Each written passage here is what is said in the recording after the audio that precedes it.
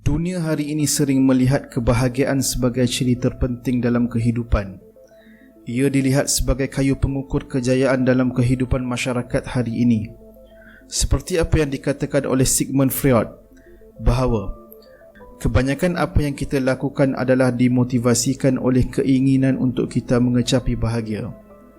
Namun, kebahagiaan itu sendiri adalah sesuatu yang subjektif. Apakah erti kebahagiaan hakiki? Apakah ada perbezaan tentang erti bahagia kepada mereka yang melihat dunia dari kacamata materialistik? Dan apa pula erti bahagia kepada golongan beragama? Jika kita tanyakan kepada mereka yang miskin apakah erti bahagia, kemungkinan mereka akan mengatakan kebahagiaan bagi mereka adalah di ketika mereka mempunyai wang dan dapat membeli apa sahaja. Jika kita tanyakan kepada orang yang sakit tenat, kemungkinan kebahagiaan pada mereka adalah di ketika mereka mempunyai kesihatan yang baik, kerana pada kesihatan yang baik itu terdapatnya peluang untuk berbuat lebih kebaikan. Maka, apakah maksud sebenar kebahagiaan hakiki? Adakah kebahagiaan hanyalah tergantung kepada setiap individu, seperti kesimpulan yang diambil oleh Sigmund Freud dalam Civilizations of Discontents yang bermaksud sikap manusia sendiri menunjukkan tujuan hidup mereka, apa yang mereka mahukan dari kehidupan dan berharap untuk mendapatkannya. Jawapan kepada soalan ini boleh meninggalkan pelbagai keraguan. Mereka ingin mengecapi bahagia dan ingin kekal di dalamnya. Apakah ini erti kebahagiaan hakiki? Apakah kebahagiaan hanya bersifat materialistik atau hanya kepada kepuasan nafsu semata-mata? Seperti takrifan yang diberikan oleh John Locke yang bermaksud, kebahagiaan penuh adalah keseronokan maksima selagi apa yang kita mampu rasai, dan kesengsaraan adalah kesakitan yang maksima. Adakah kebahagiaan itu hanya menurutkan hawa nafsu selagi masih hidup seperti yang diertikan oleh John Locke? Walaupun kita lihat ramai yang menggunakan pandangan seperti ini tanpa sedar dalam kehidupan mereka hari ini, namun ia hanya menjadikan masyarakat lebih bersifat hedonistik.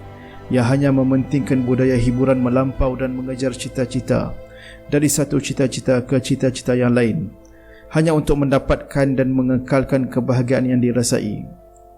Setelah mencapai apa yang dicita-citakan, kita akan kembali kepada keadaan asal, iaitu keadaan yang mengharapkan kebahagiaan jiwa dan mendambakan kebahagiaan hakiki.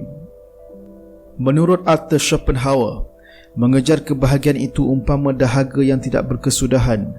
Kita akan mencapai kebahagiaan yang sementara.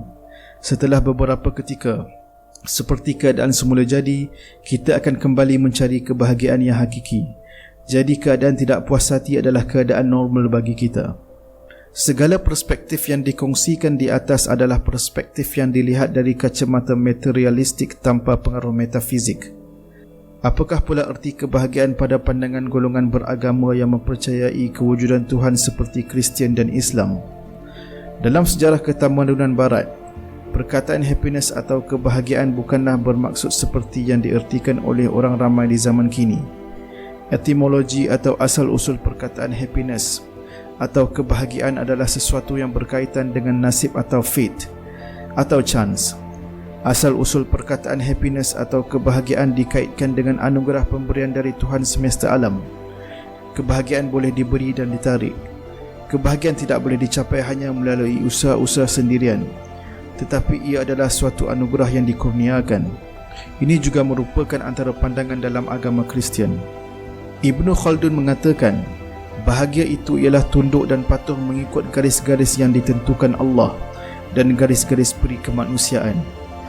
Imam Al-Ghazali mengertikan bahawa kebahagiaan yang sejati itu adalah apabila dapat mengingati Allah. Ia bermula dengan mengenal diri dan seterusnya mengenal Tuhan. Imam Al-Ghazali melihat pengaruh dan kewujudan Tuhan sebagai sumber yang memberi kebahagiaan. Pandangan ini bersesuaian dengan ayat Al-Quran dalam surah Az-Zariyat ayat nombor 56 yang bermaksud, dan ingatlah, aku tidak menciptakan jin dan manusia melainkan untuk mereka menyembah dan beribadat kepadaku. Dan di ayat yang lain, seperti dalam surah Ar-Ra'd ayat 28 yang bermaksud, hanya dengan mengingati Allah hati akan berasa tenang. Maka, apakah erti kebahagiaan pada anda? Apakah anda merasa bahagia dan tenang dengan sesuatu kejayaan yang bersifat materialistik? Atau adakah anda merasa bahagia dan tenang dengan menurut perintah Tuhan dan meninggalkan larangannya semata-mata kerananya? Sama-sama anda fikirkan.